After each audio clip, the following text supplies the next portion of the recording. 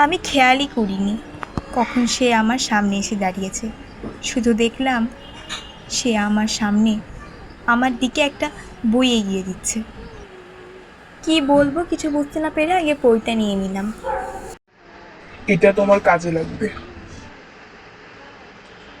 সেদিন আরও কিছু বই নিয়ে বেরোতে বেরোতে বেশ অনেকটা সময় লেগে গিয়েছিল। বলা ভালো সবার শেষেই আমি বের হয়েছিলাম।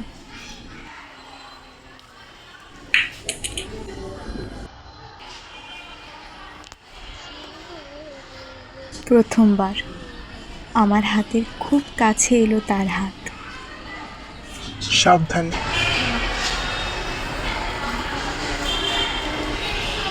শব্দটা খুব ছোট ছিল, কিন্তু কেন জানি না মনে হলো এর ভেতরে অনেক কিছু লুকানো আছে। না আমি কিছু বলেছিলাম, না সে।